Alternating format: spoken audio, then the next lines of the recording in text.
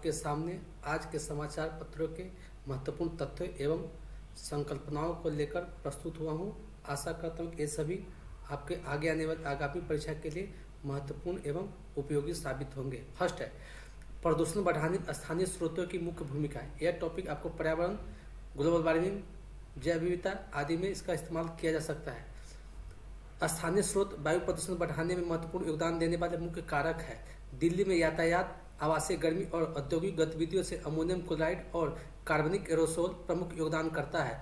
दिल्ली के बाहर कृषि अपशिष्ट जलाने से होने वाला उत्सर्जन और इस उत्सर्जन से बनने वाले द्वितीय कार्बनिक एरोसोल अधिक प्रचलित है। इसमें लकड़ी, गोबर, कोयला व पेट्रोलियम जैसे ईंधन का दोहन भी शामिल है। इससे हानिकारक कण बनते हैं जो फेफड़ों को नुकसान पहुंचा सकते हैं और विभिन्न स्वास्थ्य समस्याओं का कारण बन सकते हैं।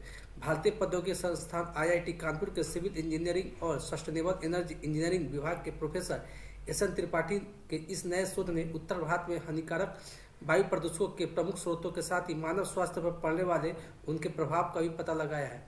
नेचर कम्युनिकेशंस में प्रकाशित इस अध्ययन से पता चलता है कि स्थानीय उत्सर्जन विभिन्न ईंधनों के अधूरे दहन से क्षेत्र में खराब वायु गुणवत्ता और संबंधित स्वास्थ्य जोखिमों में महत्वपूर्ण भूमिका निभाते हैं। प्रोफेसर त्रिपाठी की टीम ने दिल्ली और उसके आसपास की जगहों सहित भारत में गंगा के मैदानी इलाकों में 5 स्थानों से वायु गुणवत्ता डेटा का विश्लेषण किया है। इस अध्ययन ने वायु प्रदूषण की ऑक्सीडेटिव क्षमता को बढ़ाने वाले प्रमुख कारक के रूप में बायोमास और जीवाश्म ईंधन के अधूरे दहन से कार्बनिक एरोसोल की पहचान की है, जो प्रतिकूल स्वास्थ्य प्रभाव पैदा करने की इसकी क्षमता के एक प्रमुख संकेतक है। प्रोफेसर त्रिपाठी ने बताया कि ऑक्सीडेटिव क्षमता उन्मुक्त कणों को संदर्भित करती है जो तब उत्पन्न होते हैं जब प्रदूषक पर्यावरण या हमारे शरीर में कुछ पदार्थों के साथ संपर्क करते हैं। ये मुक्त कण कोशिकाओं, प्रोटीन और DNA के साथ प्रतिक्रिया करके नुकसान पहुंचा सकते हैं। ऑक्सीडेटिव क्षमता मापती है कि वायु प्रदूषण के कारण इस प्रतिक्रिया की कितनी संभावना है, जिसके परिणाम स्वरूप श्वसन संबंधी रोग, हृदय रोग और तेजी से उम्र बढ़ने जैसी स्वास्थ्य समस्याएं हो सकती है।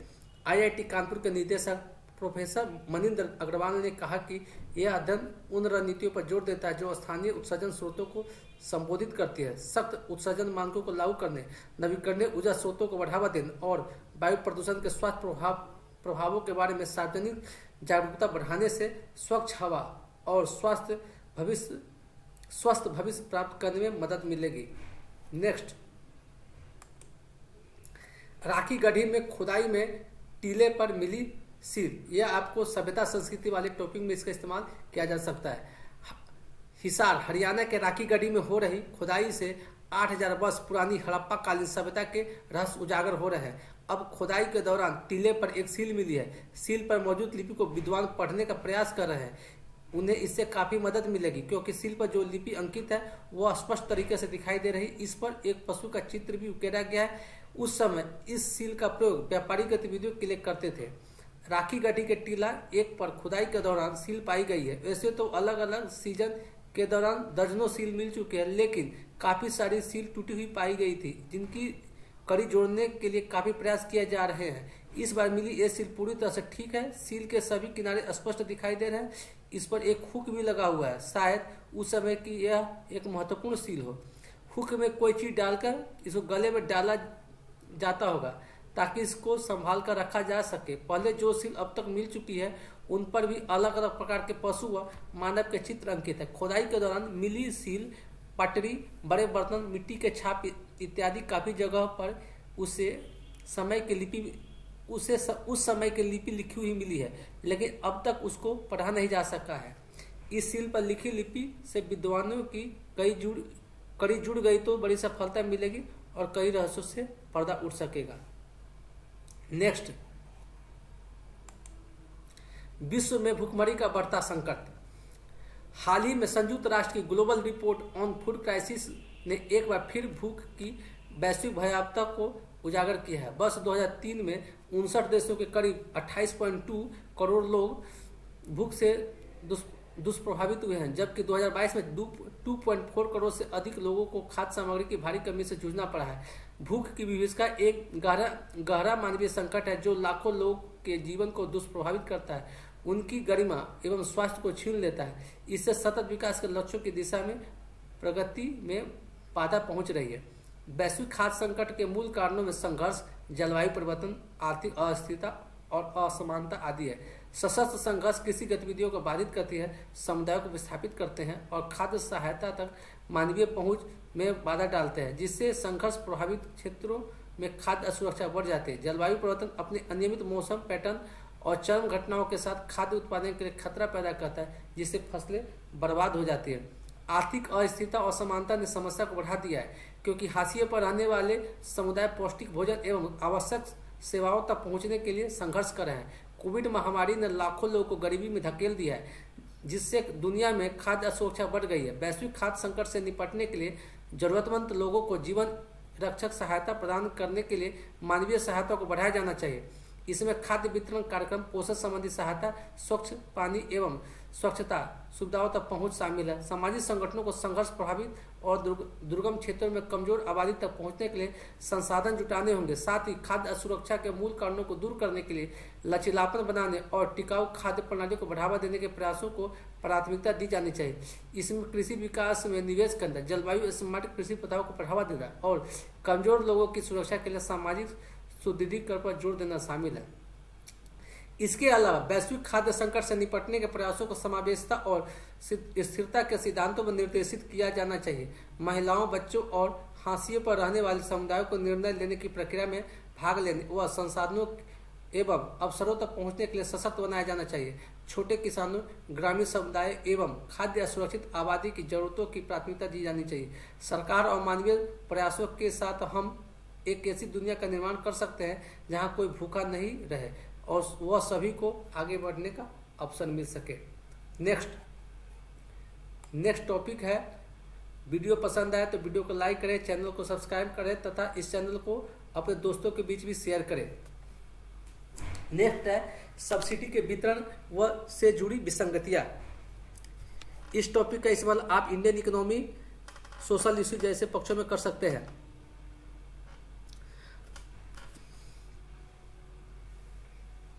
देखिए, आम नागरिक के जीवन स्तर को ऊपर उठाने के लिए सरकारें निरंतर प्रयास करती है। निचले पायदान पर जीवन यापन करने वाले लोगों के लिए सरकार द्वारा कुछ अधिक ही प्रयास किए जाते हैं, परंतु सरकारी नीतियों की जटिलताओं के कारण कई बार इच्छित एवं जरूरतमंद लाभार्थी इसका लाभ नहीं ले पाते हैं। रियायती बिजली और पानी की कहानी पर विचार करें तो मूल रूप से इसे दिए जाने का उद्देश्य आर्थिक रूप से कमजोर लोगों को मदद उपलब्ध कराना था, परंतु अनजाने में या समृद्ध लोगों के लिए कहीं अधिक लाभकारी सिद्ध हो रहा है। इसी प्रकार से कृषि ऋण माफी की गाथा विशेष रूप से संपन्न किसानों के लिए एक वरदान के रूप में सामने आती है, जबकि हाशिए पर रहने वाले लोग आज भी ऋण के बोझ तले दबे हुए हैं। यह एक विरोधाभासी वास्तविकता है। प्रस्तुतः वंचितों के उत्थान के लिए बनाई गई सब्सिडी अनजाने में अभिजात वर्ग को आर्थिक रूप से मजबूत कर रही है। इसके लिए क्या है कार्यक्रमों की विफलता प्रमुख कारण है। देखा जाए तो गरीबी उन्मूलन के उद्देश्य से कई सरकारी कार्यक्रम अपना लक्ष्य हासिल करने में विफल रहे हैं। गरीबों के लिए निर्धारित सब्सिडी अक्सर अमीरों के लिए अप्रत्याशित लाभ का काम करती है। लिहाजा दिखावटी रूप से परोपकारी नीतियां अप्रत्याशित परिणामों में बदल सकती है। ऐसे में वर्तमान में जारी अनेक कल्याणकारी योजनाओं के वितरण प्रारूप में आमूलचूल बदलाव की आवश्यकता है, जो केवल आर्थिक मदद देने से लेकर सामाजिक उन्नति के लिए व्यापक अवसरों को बढ़ावा देने तक केंद्रित हो। इसी क्रम में वृद्धावस्था पेंशन योजनाओं को देखा जा सकता है, जिसके तहत लाभार्थियों के दायरे में एक बड़ा ऐसा संपन्न वर्ग भी शामिल है जिसे वह सब्सिडी नहीं दी जानी चाहिए। ऐसे में गैर योग्यता वाले सब्सिडी और धनिक और क्षणिक मुफ्त सुविधाओं पर संसाधनों की बर्बादी करने के बजाय सरकारों को प्रगति की आधारशिला को मजबूत करने के लिए अपने राजकोष का उपयोग करना चाहिए। स्वास्थ्य सुविधाओं को विकसित करने, शिक्षा और बुनियादी ढांचे में संसाधनों को लगाने के लिए इससे प्रेरणा मिलती है। इससे नागरिक सुविधाओं के लिए विविध प्रकार की संपदाओं का निर्माण संभव होता है। संपदा के निर्माण से अर्थव्यवस्था को तेजी मिलती है, जिसके फलस्वरूप विकास की गति तीव्र होती है। ऐसा होने से आजीविका को मजबूती मिलती और स्वाभाविक रूप से नौकरियों के अवसर बढ़ते हैं। इसके अलावा प्रौद्योगिकी, नवीकरणीय ऊर्जा और उन्नत विनिर्माण जैसे क्षेत्रों में निवेश व्यापक परिवर्तन के लिए एक घटक के रूप में काम करते हैं। इससे हमारी अनेक प्रकार की छिपी हुई संपदाएं सामने आती है, या फिर यह कहा जा सकता है कि अनेक छिपी संपदाओं को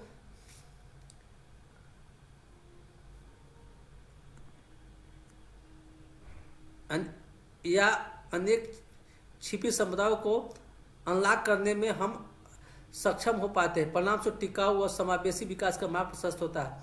उसके बाद व्यवसाय अनुरूप वातावरण क्या है? हम सभी यह जानते हैं कि किसी व्यवसाय को पनपने और विकसित होने के लिए अनुकूल वातावरण बनी माहौल की आवश्यकता होती है।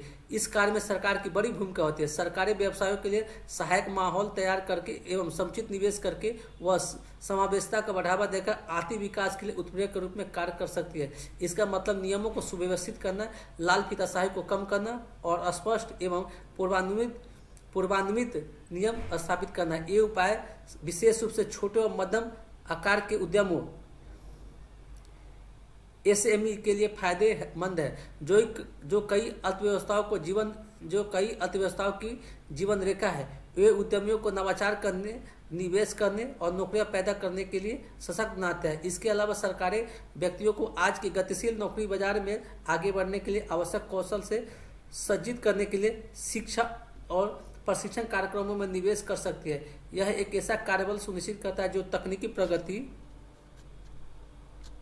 को अपना सकता है एवं अर्थव्यवस्था में सार्थक योगदान दे सकता है। ऐसे में सभी के लिए एक समान अवसर उपलब्ध कराए जाने जैसी स्थितियां पैदा करने से जहां हर किसी को अपनी ओर से इसमें योगदान करने का अवसर मिल सकता है, वहीं सरकारें अधिक नवीन और गतिशील व्यापार परिदृश्य को बढ़ावा दे सकती है, जिससे अंततः आर्थिक विस्तार को बढ़ावा मिल सकता है। थर्ड क्या है?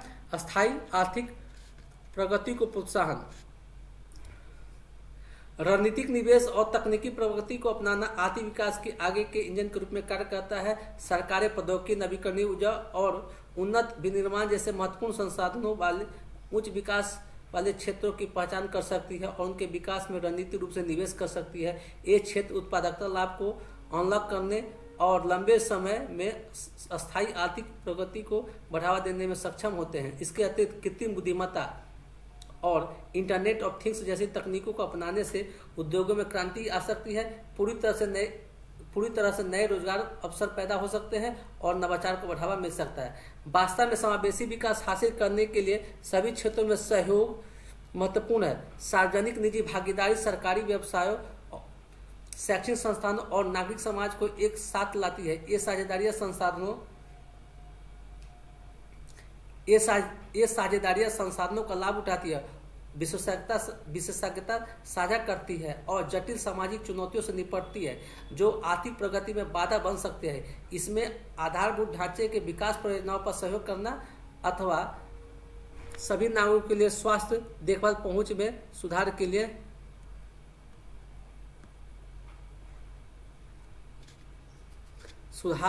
काम करना शामिल हो सकता है। योग्यता आधारित नीतियों को प्राथमिकता देने से यह सुनिश्चित होता है कि अवसर, कौशल व क्षमताओं के आधार पर आवंटित किए जाते हैं, विशेषाधिकार के आधार पर नहीं। सामाजिक हितों का ध्यान। आजकल मतदाताओं में राजनीतिक उत्साह चरम पर है। निश्चित रूप से चुनाव प्रचार के तमाशे को नजरअंदाज नहीं किया जा सकता है, खासकर ऐसे दौर में जहां मुफ्त और सब्सिडी के वादे प्रचुर मात्रा में हो रहे हैं। अनेक राजनीतिक दल अल्पकालिक उपहारों से मतदाताओं को लुभाकर वोट पाने की होड़ में रहते हैं, लेकिन चिंताजनक यह है कि अक्सर यह दीर्घकालिक टिकाऊ विकास की कीमत पर होता है। अधिकांश राजनीतिक दलों के घोषणा पत्र ऐसे प्रतिज्ञाओं से भरे होते हैं जो कहीं से भी व्यावहारिक प्रतीत नहीं होता है। इससे अल्पकालिकवाद की संस्कृति को बढ़ावा मिलता है, जिससे व्यापक सामाजिक हित कमजोर होते हैं। ऐसे में यह मतदाताओं की जिम्मेदारी है कि वे अल्पकालिक लोक लुभावनवाद के झांसे को खारिज करें और समाज के दीर्घकालिक कल्याण को प्राथमिकता देने वाले विकल्प को चुनें। अपने मताधिकार का विवेकपूर्ण ढंग से प्रयोग करके मतदाता शासन को एक ऐसे पक्ष की ओर ले जा सकते हैं जो मुफ्त और सब्सिडी के क्षणिक आकर्षण से परे हो। समृद्धि की कुंजी है आर्थिक विकास। नेक्स्ट, G7 देश 2035 तक कोयले वाले बिजली संयंत्र बंद करने पर सहमत। G7 समूह के ऊर्जा मंत्रियों ने एक समझौता किया जिससे 2035 तक अपने कोयला आधारित बिजली संयंत्रों को बंद करने पर सहमति बनी है। इससे जीवाश्म ईंधन से दूर जाने की दिशा में महत्वपूर्ण कदम माना जा रहा है। ब्रिटेन के ऊर्जा सुरक्षा मंत्री एंड्रयू बॉबी ने कहा है कि यह एक ऐसी ऐतिहासिक समझौता है। इटली के राजनयिक सूत्रों ने कहा कि यह एक तकनीकी समझौता हो गया है। इस समझौते को ट्यूरिन में 2 दिवसीय बैठक के अंत में मंगलवार को जारी होने वाली G7 ऊर्जा मंत्रियों की अंतिम घोषणा में शामिल किया जाएगा। इटली के जलवायु परिवर्तन थिंक टैंक ECCO के सह संस्थापक सदस्य लूका बर्गामास्सी ने कहा है कि यह विशेष रूप से जापान में और व्यापक रूप से चीन और भारत सहित संपूर्ण एशियाई अर्थव्यवस्था में कोयले से स्वच्छ प्रौद्योगिकी और निवेश के बदलाव में तेजी लाने में मदद करेगा। इटली ने पिछले साल कुल बिजली का 4.7% उत्पादन कोयला आधारित स्टेशनों के माध्यम से किया था।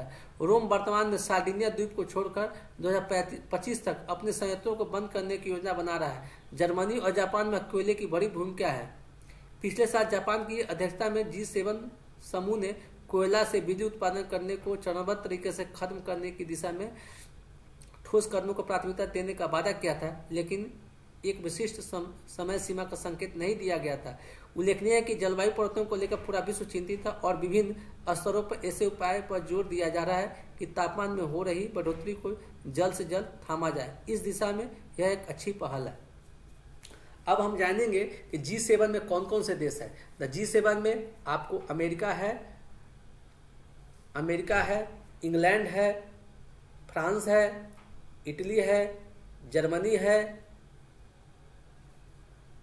कनाडा आदि। इस G7 की स्थापना 1975 ईस्वी में हुई थी। G7 का कोई औपचारिक मुख्यालय नहीं है। नेक्स्ट,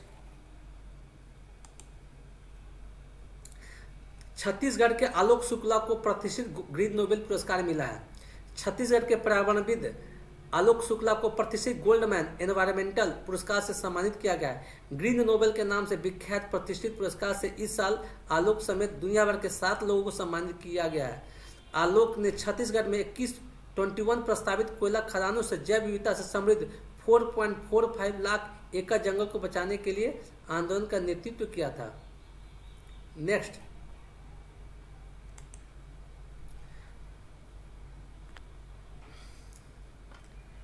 नेक्स्ट है तपती धरती और बढ़ती दुश्वारियां।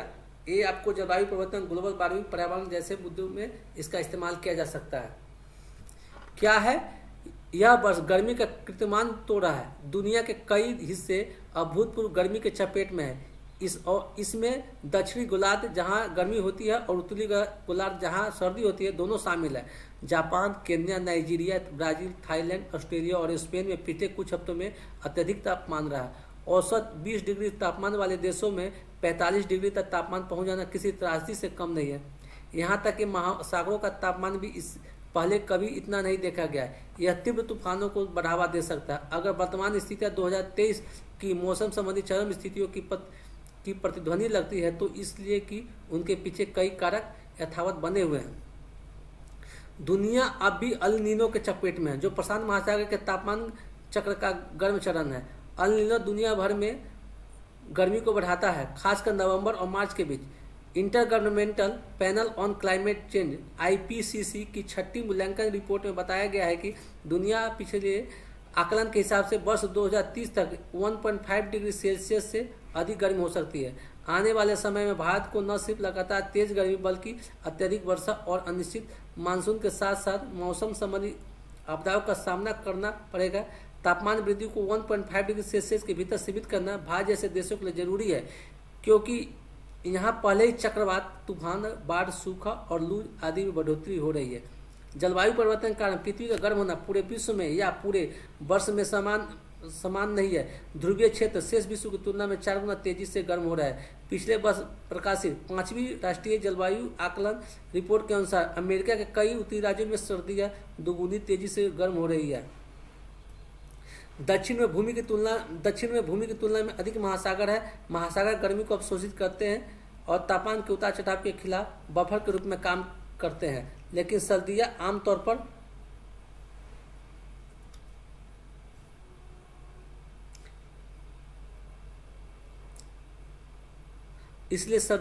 बहुत अधिक ठंडी नहीं होती है और गर्मी अक्सर प्रचंड स्तर तक नहीं पहुंचती। मगर पिछले वर्ष से दुनिया के महासागर असमान रूप से गर्म हो गए हैं। भूमध्य रेखा के पास विश्व के महासागरों का तापमान अभी उच्च स्तर पर बना हुआ है। गर्मी को अवशोषित करने के अलावा महासागर लगभग 30% कार्बन उत्सर्जन को सोख लेते हैं। उच्च तापमान और अधिक कार्बन डाइऑक्साइड का संयोजन पानी के रसायन को बदल रहा है। हाल के महीनों में इससे मूंगा चट्टानों जैसी नाजुक पारिस्थितिकी तंत्र को खतरा पैदा हो गया है। विश्व के सभी बड़ी पर्वतमालाएं, Alps, Andes, Rockies, Alaska, Himalaya बर्फविहीन होती जा रही है। हमेशा बर्फ से ढके रहने वाले ग्रीनलैंड और अंटार्कटिका 150 से 200 घन मीटर बर्फ हर वर्ष खो रहे हैं। पृथ्वी के महासागर जीवाश्म ईंधन जलने से गर्म हो रहे हैं और अपने ध्रुवीय छोर पर समुद्री बर्फ खो रहे हैं। अंटार्कटिका समुद्र और आकाश दोनों को प्रभावित करता है। जैसे जैसे इसके चारों ओर का पानी जमता और पिघलता है, इसके ग्लेशियर समुद्र में पिघलते हैं। यह क्षेत्र समुद्री धाराओं के पोषक तत्वों के प्रभाव को बदलता और दुनिया भर में बादलों और वर्षा को आकार देता है। शोधकर्ताओं ने चेतावनी दी कि अगर अंटार्कटिका की सारी बर्फ पिघल जाए तो इससे दुनिया भर में समुद्र का स्तर 60 मीटर से अधिक बढ़ सकता है। इधर ऊर्जा से संबंधित कार्बन डाइऑक्साइड उत्सर्जन 2023 में नई ऊंचाई पर पहुंच गया। अब भी प्रति सेकेंड 1337 टन कार्बन डाइऑक्साइड उत्सर्जित होने के बावजूद हम इतनी तेजी से उत्सर्जन में कमी नहीं कर पा रहे हैं कि जलवायु संबंधी खतरों को उस स्तर के भीतर रख सके जिससे हमारी स्वास्थ्य प्रणालियां निपट सके। पश्चिमी देश इस समस्या को लेकर कितने उदासीन हैं, वह इस तथ्य से पता चलता है कि वर्ष 1750 से 2022 के बीच वायुमंडल में उत्सर्जित 1.5 lakh crore metric ton carbon dioxide का लगभग 90% हिस्सा यूरोप और उत्तर अमेरिका का रहा है। आज भी एक औसत हर अमेरिकी हर वर्ष वायुमंडल में 14.5 मीट्रिक टन कार्बन डाइऑक्साइड उत्सर्जित करता है, जिसकी तुलना में एक औसत भारतीय का सालाना उत्सर्जन 2.9 मीट्रिक टन है। अगर कुछ देश जानबूझकर ग्रीन हाउस गैसों के साथ साथ वातावरण को प्रदूषित कर रहे हैं और परिणाम स्वरूप अंटार्कटिका प्रभावित हो रहा है, तो इसके मायने यही है कि संधि प्रोटोकॉल का उसके हस्ताक्षरकर्ताओं द्वारा उल्लंघन किया जा रहा है।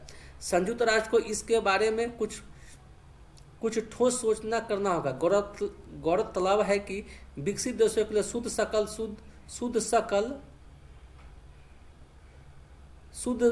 शून्य लक्ष्य हासिल करना उन पूर्व उपनिवेशों की तुलना में कहीं अधिक आसान है जो अभी अपने औद्योगिक विकास चक्र के बीच में ही है।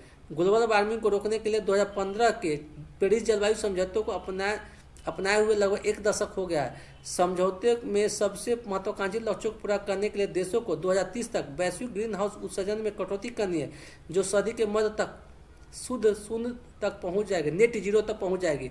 मगर हम विपरीत दिशा में आगे बढ़ रहे हैं। अंतर्राष्ट्रीय ऊर्जा एजेंसी के एक नए विश्लेषण के अनुसार 2023 में ऊर्जा से संबंधित उत्सर्जन में 41 करोड़ मीट्रिक टन की वृद्धि हुई है। यह लगभग 1000 से अधिक नए गैस चालित बिजली संयंत्रों से होने वाले वार्षिक प्रदूषण के बराबर है।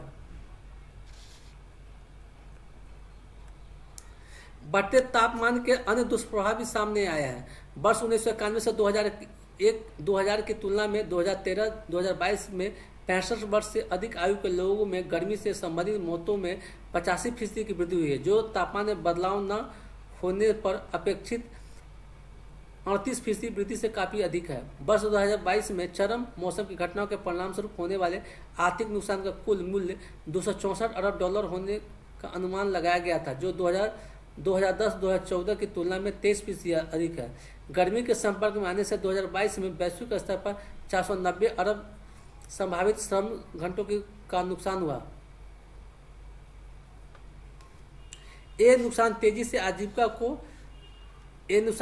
आजीविका को प्रभावित और जलवायु परिवर्तन के प्रभावों से निपटने और उबरने की क्षमता को सीमित कर रहे हैं। यक्ष प्रश्न यह है कि क्या 2024 शेष वर्ष की तुलना में तापमान की नई ऊंचाई पर पहुंचेगा। NOAA ने अनुमान लगाया है कि 22% संभावना है कि 2024 सबसे गर्म वर्ष होगा और 99% संभावना है कि यह शीर्ष 5 में शुमार होगा। वीडियो पसंद आए तो वीडियो को लाइक करें, चैनल को सब्सक्राइब करें। धन्यवाद।